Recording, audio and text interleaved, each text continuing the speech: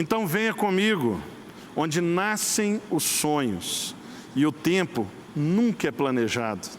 Basta pensar em coisas alegres, e seu coração vai voar nas asas para sempre, na terra do nunca. Esse é um trecho do livro Peter Pan, onde o próprio Peter Pan fala de uma terra onde não há tempo, onde nunca se envelhece, onde se é criança ou adolescente para sempre. Talvez na cabeça do autor fosse uma grande fantasia a terra do nunca. Mas o que tem acontecido nos dias de hoje é que nós estamos na terra do nunca.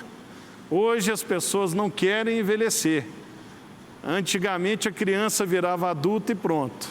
Aí surgiu a adolescência, a pré-adolescência e no século XXI estamos diante de uma novidade, a pós-adolescência. Pessoas que já ultrapassaram há muito tempo os 17, 18 anos, mas ainda possuem os mesmos comportamentos, os mesmos valores e a mesma imatura postura. Como que nós vamos lidar com essa sociedade que não quer virar adulta, que vive na terra do nunca? Esse é o tema de hoje do nosso programa, onde nós vamos ter a ajuda aqui nessa conversa do nosso time que é adulto, mas convive com muitas pessoas da terra do nunca. O pastor Eduardo Borges, que é o líder da juventude da 8ª Igreja Presbiteriana de Belo Horizonte, o pastor Leonardo Matos, que é o líder de jovens da Igreja Batista Central de Belo Horizonte, e o pastor Tiago Linhares, que é o líder da juventude da Igreja Batista Getsemane. Então fique conosco, pós-adolescência, o tema de hoje, Mente Aberta, está no ar.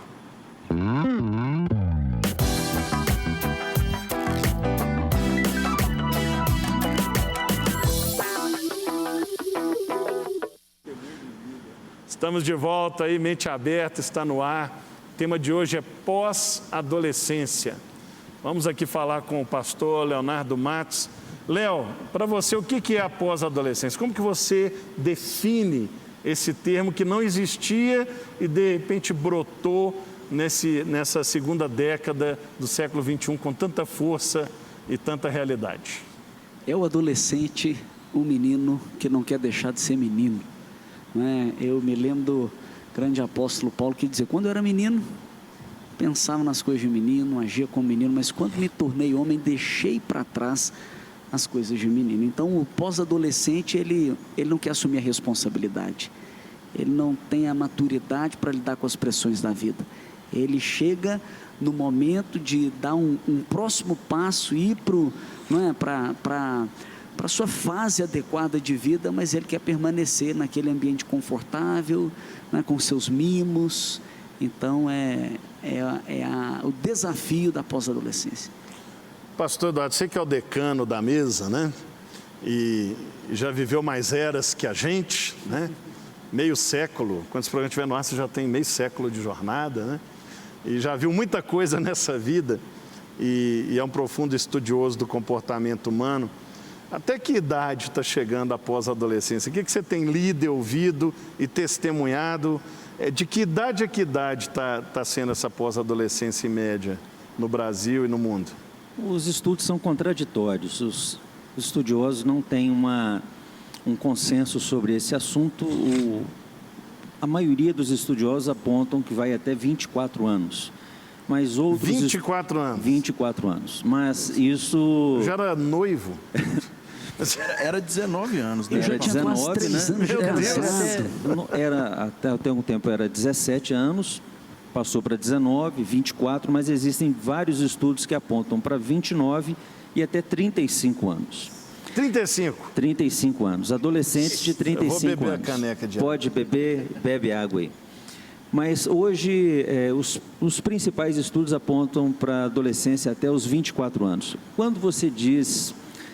eu concordo com muita coisa que você disse, mas existe um problema na sua frase que dá a entender que parece que o adolescente ele não quer assumir a fase adulta e parece que a culpa é do adolescente. E eu não creio que é bem isso, porque seria como se você pegasse todas as pessoas de todos os lugares, de todas as culturas, porque esse não é um fenômeno localizado, é um fenômeno mundial. Está acontecendo. Entende? Então não é uma escolha individual, né? Percebe? Então é um fenômeno mundial, é um fenômeno que está alcançando todas as culturas, e existem estudos que apontam que várias das coisas, desde que começou a industrialização, muitas coisas no nosso metabolismo mudou. A adolescência, ela começa mais cedo, então ela começava a partir dos 13 anos, agora ela começa a partir dos 10 anos. As meninas começam a menstruação a partir de 10 anos, era com 14 anos. Então ela começa mais cedo, e a fase de crescimento está começando cada vez mais cedo. E a fase de crescimento, ela termina mais tarde. Então, antes a pessoa parava de crescer aos 18 anos. Hoje a pessoa continua crescendo até 24 anos de idade. Então, é até essa idade até essa faixa que as pessoas continuam dizendo. É por isso que Mas você está me dizendo então que é um fator biológico? Biológico. Por isso que os estudos estão apontando isso. Comportamental, sociológico. Eu diria, também. Eu até concordo com você, Eduardo, quando a responsabilidade não é dele, porque hoje a gente tem um grande problema da orfandade, da falta de parâmetro, não é? Porque quando uma pessoa deixa de ser adolescente ou deixa de ser jovem, eu entendo que não é só uma questão de idade, é quando também alguém vai dizer para ela, agora chegou a hora de você assumir a sua posição, você é um homem, não é? E ele não é formado nessa direção, ele não é preparado, por isso a responsabilidade não é só dele. Aí tudo bem, né? Eu diria, são dos pais, mas onde estão os pais? Aí cá para nós também, que somos pastores, líderes de uma geração, a dizer, cara, agora você é homem, assume sua responsabilidade, né? Deixa para trás essas coisas de menino, enfim, trabalhar nessas... É por isso que eu concordava com você em partes. Então, existe uma parte que ela é biológica e existe a parte social. Eu acho que as duas coisas caminham junto. Tiago, que dia que você descobriu que você não era adolescente mais? Mas pela apresentação mostrando a tatuagem ali... Que dia que você chegou, você precisou de alguém te nortear, ou você teve uma experiência, ou foi processual? Eu não tenho problema de falar das realidades da minha vida, e quem me conhece sabe que eu sou bem aberto e exponho tudo. Eu fui um cara que demorei muito para amadurecer. Eu fui criado dentro da igreja desde pequeno, nasci ali dentro da Getsemane e fui criado muito protegido. Eu vejo exatamente que algumas falhas que acontecem nesse amadurecimento dos adolescentes para passar por essa fase de adolescência, vem por culpa dos pais. Os pais muitas vezes eles não ensinam coisas que são reais na sociedade, responsabilidades que nós vamos ter que começar a ter. Mas sempre com o discurso que está protegendo a gente. Que está cuidando, que o mundo é mau, mas... Põe na bolha, né? Coloca a gente numa bolha, e isso é uma coisa que acontece na igreja hoje em dia também. E aí, com os meus filhos, eu tenho tratado de uma maneira diferente. O meu pai, por ele ter agido em alguns aspectos, me protegendo muito, ele escreveu um livro que se chama Águia ou Galinha, não é fazendo merchan não, mas nesse livro ele fala sobre tirar os filhos do ninho também. Fala, cara, você está deixando seu filho muito confortável, você está deixando as coisas muito boas ali. É lógico que o menino não vai querer amadurecer. É lógico que ele não vai querer sair dali do quarto dele se tem ar-condicionado, se tem geladeira, se tem tudo. É fácil ele se manter ali dentro. E eu vivi com ar-condicionado, geladeira e tudo dentro do quarto.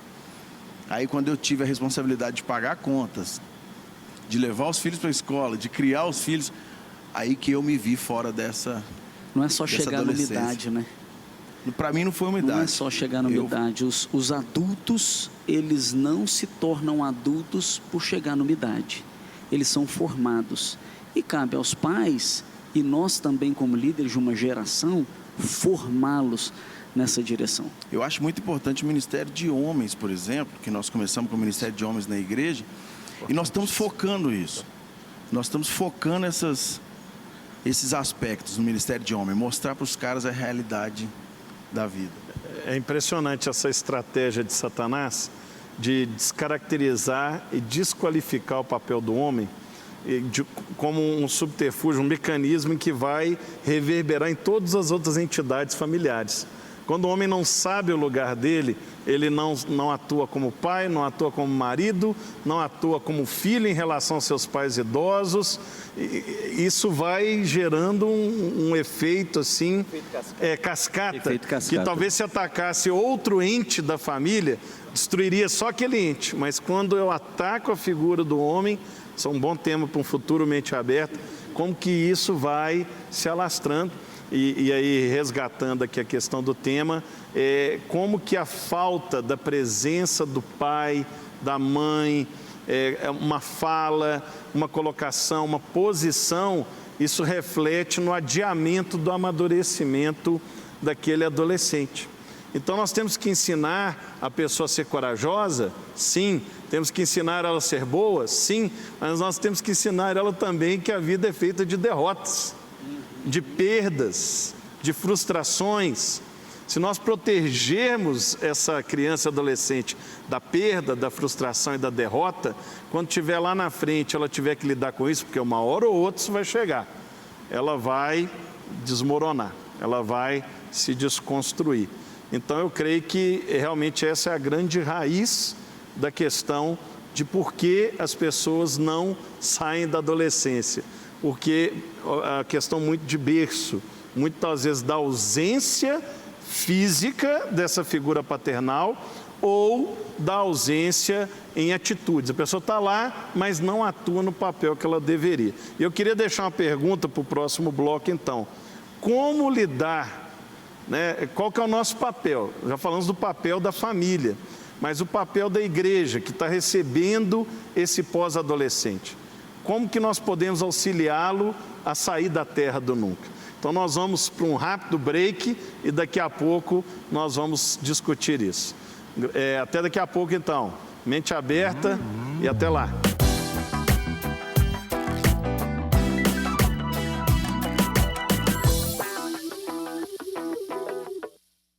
Estamos de volta com Mente Aberta. Estamos falando hoje sobre a pós-adolescência. Tem gente que é adolescente aí, está com 24 anos e ainda tem comportamento, estilo de vida adolescente, não quer passar de fase, está preso na fase. E estamos batendo um papo aqui sobre esse assunto com os nossos queridíssimos pastores Tiago Linhares, Leonardo Matos e o Eduardo Borges. Então eu joguei uma pergunta para a mesa e quem sentir no coração pode responder. Qual que é o papel da igreja? Como que nós podemos ajudar esse pós-adolescente, esse adolescente que não quer deixar de ser adolescente a começar a ser um jovem e um adulto? Eu acredito, eu levantando a mão, vai lá, professor. Tiago, tá igual sala de aula. Tá igual sala de aula, eu falando com o professor. Cara, eu acredito que é criando a maturidade espiritual no cara. A partir da maturidade espiritual, a partir da palavra de Deus, ele vai começar a se enquadrar em todas as outras áreas. Serviço, inteligência emocional, que foi citado aqui pelo Léo Matos. A inteligência emocional hoje em dia ela é até colocada no mesmo nível que coeficiente de inteligência, mas a inteligência emocional ela é descartada.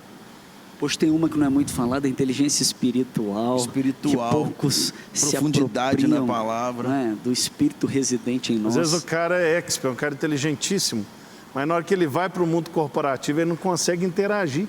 E aí ele não consegue permanecer. Então a inteligência emocional é importante. É um conjunto maravilhoso que a gente tem que começar a ensinar a Bíblia e através da Bíblia a gente mostrar que todas as realidades vão fazer com que a pessoa amadureça.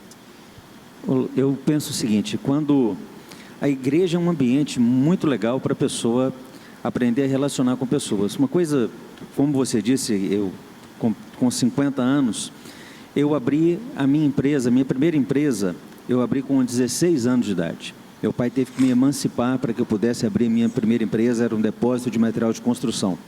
Mas eu comecei a trabalhar com 7 anos de idade. Com 7 anos de idade eu já saía para poder vender picolé, vender chup-chup. Teve adolescência, né? Foi direto. Cara, comecei a trabalhar muito cedo e na minha geração a gente saía para poder ganhar dinheiro muito cedo. A gente tinha que fazer isso. E a gente saía, estudava de manhã e à tarde jogar jogar bola, brincar com os meninos e voltava à tarde, quando escurecia. E eu morava aqui pertinho da Lagoinha, brincava aqui na Rua IP, morava aqui na Rua Juazeiro. Então era pertinho aqui. Então era um mundo diferente, a gente aprendia a relacionar com os meninos e jogava, ganhava, perdia, fazia parte do jogo, ganhar e perder. Os meninos hoje não sabem o que é isso. Mas quando você se relaciona com pessoas, você aprende a fazer as coisas dar certo e errado. Dentro das igrejas, eu acho que a Batista Central é um exemplo muito legal para a gente, que eles têm um trabalho com células. E o trabalho nas células, os meninos aprendem a fazer de tudo. Você fazer uma célula dar certo, você tem que ter diversos tipos de inteligências envolvidas para poder fazer aquilo ali dar certo. Diversas inteligências emocionais, e competências exatamente. distintas. E vai ter hora que vai dar certo, tem hora que vai dar errado, tem hora que vai ter gente que vai, tem hora que tem gente que não vai, tem gente que sempre que vai. Eu acho que é um ambiente legal para que a pessoa possa se frustrar e se realizar ali também. Eu acho que é um ambiente legal para a pessoa aprender a lidar com algumas emoções. E levanta mais um aspecto da maturidade, que é o serviço na igreja local. Esse é um dos aspectos da maturidade, o camarada começar a se entender na sociedade e começar a servir na igreja local. Olha, eu quero ser disponível, eu sou um cara que tive a vida transformada em Cristo Jesus e quero servir outras pessoas agora. Nós temos que aproveitar esse trabalho já sendo desenvolvido quando criança, né? Eu li um estudo há muito tempo, quando já estava me preparando para ser pai, hoje tenho o privilégio de ser pai de 3, e eu vi que até os 6 anos de idade, aquela criança, ela absorve muito, e ela tem um olhar interno. Depois disso, né, você até consegue talvez sustentar até uns 10, 11 anos, uma grande influência paterna, de dentro de casa, para aquela criança, uma esponja que vai absorvendo. Mas depois dos 11, 12 anos, o olhar daquela criança muda.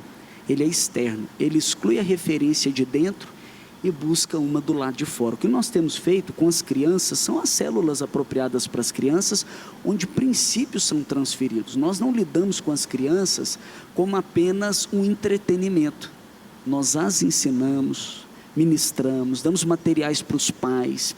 E quando então ela está chegando na fase de pré-adolescência, nós temos uma turma chamada Conexão, onde ele vai aprender a respeito de Jesus na fase dele de adolescência.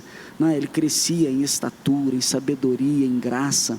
Nós vamos mudar a mentalidade dele. Agora você não é mais uma criança, você é um adolescente, está se preparando para isso. E quando então ele vira um adolescente, ele vai participar de uma célula que já é liderada por um adolescente, onde ele vê que ele pode, onde ele lida com essas questões de responsabilidade. Nós estamos formando isso é as pessoas. importantíssimo, porque nós estamos falando de pós-adolescência, mas o melhor caminho é trabalhar antes de chegar nessa fase. Então você que é pai, né, e tem filhos abaixo de 6 anos de idade, você quer ter um excelente adolescente, você não vai esperar ele virar adolescente para ensinar ele a se tornar adolescente. Né, o que você precisa fazer é investir ali de 0 a 6. 85% de tudo que nós aprendemos na vida, nós aprendemos de 0 a 6 anos de idade. Agora, Richard, me permite fazer mais uma colocação que eu acho que pode ser esperança, não só para pais, mas para tantos outros. Porque eu, infelizmente, nasci num lar onde meus pais já tinham divorciados. Minha mãe divorciou do meu pai grávida de mim, não conheciam Jesus. Eu passei minha infância sem a figura paterna, a minha adolescência sem a figura paterna. Eu não tinha nenhuma referência de pai dentro de casa, lidando com uma mãe, provisão e tudo mais, nada disso. Pelo contrário, a minha mãe também tendo que assumir esse papel de provisão, trabalhando muito, ausente. Qual foi o resultado da minha vida? Drogas, uma vida sem valores, não é? Enfim, muitas consequências. Quando cheguei, com os meus 18 anos de idade, eu estava completamente perdido.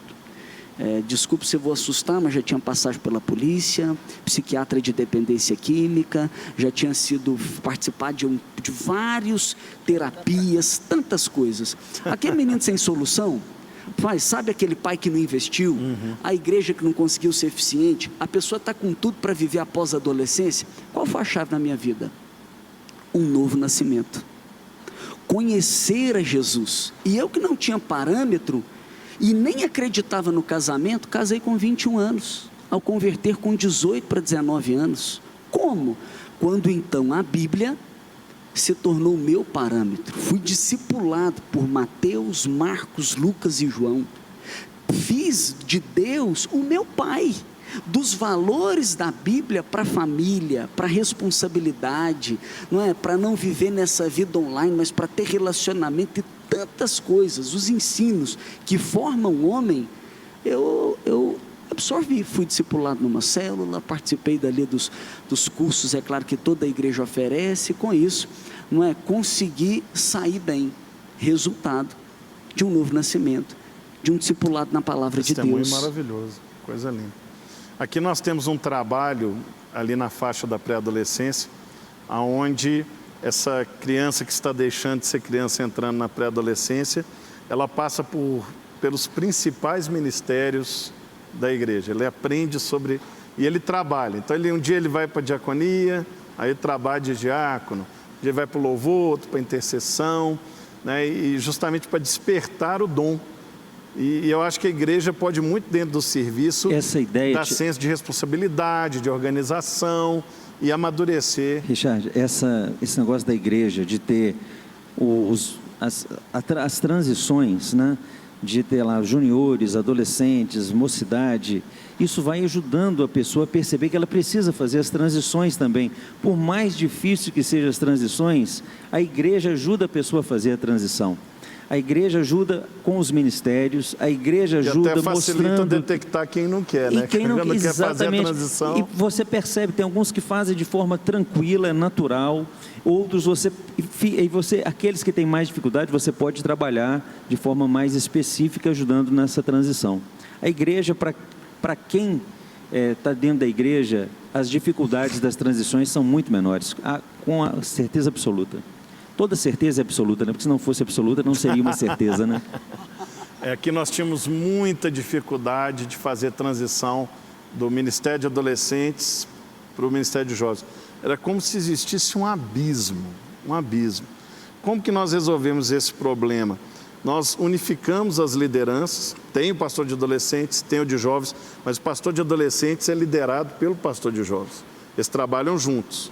Então, no sábado não tem o culto dos adolescentes, o culto dos jovens. São juntos. O líder de adolescente está lá, o de jovem está lá. Domingo tem os cultos separados. Existem os ministérios separados, mas existem ministérios que são juntos. Por exemplo, o ministério de dança é junto. Mas lá dentro do ministério tem a dança dos adolescentes ou dos jovens. Mas o jovem interage com o adolescente, e à medida que ele vai envelhecendo, ele está no mesmo ministério, né? Mas ele sabe que ele está saindo dos adolescentes e indo para os jovens. Aí não tem aquele ritual que bota na boca do vulcão, empurra. Mas o jovem pode ser uma referência para ele. De tudo que a gente falou aqui, nós falamos de várias coisas práticas, mas o Tiago falou uma coisa absolutamente importante que a gente não pode deixar passar aqui. Ele falou sobre a questão do crescimento espiritual. É preciso resgatar essa fala dele lá no início, porque quando você associa a maturidade espiritual, juntamente com todas essas outras coisas práticas, você forma um crente maduro. E você tendo um crente maduro, você vai ter um adolescente maduro, um jovem maduro, uma pessoa madura, né? Em todas as fases da vida dela. Como é que é a transição lá? Minuto. A nossa transição lá tá funcionando mais ou menos igual aqui na Lagoinha. E o pastor Jorge também unificou a juventude com os adolescentes e juniores. Fechar o abismo, né? Para poder fechar esse abismo e todo mundo caminhar na mesma visão. Excelente. Tem sido bem legal. A Bíblia é muito clara. Em Eclesiastes 3 fala que há tempo para tudo debaixo do sol. Então tem um tempo que nós somos crianças, tem um tempo para sermos adolescentes, e chega aquele momento, meu irmão, é verdade. Vai trabalhar, sai de casa, tenha responsabilidades, isso faz parte da vida. É bem verdade que nós não queremos morrer, e muita gente tem medo de envelhecer, mas se nós soubermos extrair o melhor de cada etapa das nossas vidas, nós vamos ter uma vida muito mais plena, e é essa a vontade do Senhor para todos nós. O nosso programa está chegando ao final, né? Esperamos que tenhamos contribuído para a sua reflexão a respeito do tema. Quero agradecer a presença do pastor Tiago Linhares, a presença do pastor Léo Matos, a presença do pastor Eduardo Borges, e convidar você a nos acompanhar nas redes sociais. Manda um e-mail para nós, menteaberta@redesuper.com.br. Manda sua crítica, manda os seus comentários, sugestões de temas, sempre com a maturidade equivalente à sua faixa etária. E continue nos acompanhando pelas redes sociais, e você que está nos assistindo pela Rede Super, segue aí a nossa programação. Um grande abraço e até o próximo Mente Aberta, Rede Super, profetizando vidas.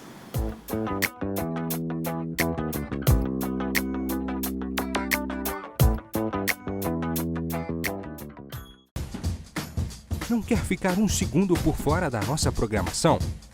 Agora você pode nos acompanhar através das plataformas digitais. Não perca tempo. Acesse, curta e siga-nos. Fique por dentro de tudo o que acontece por aqui. Rede Super, inspirando você.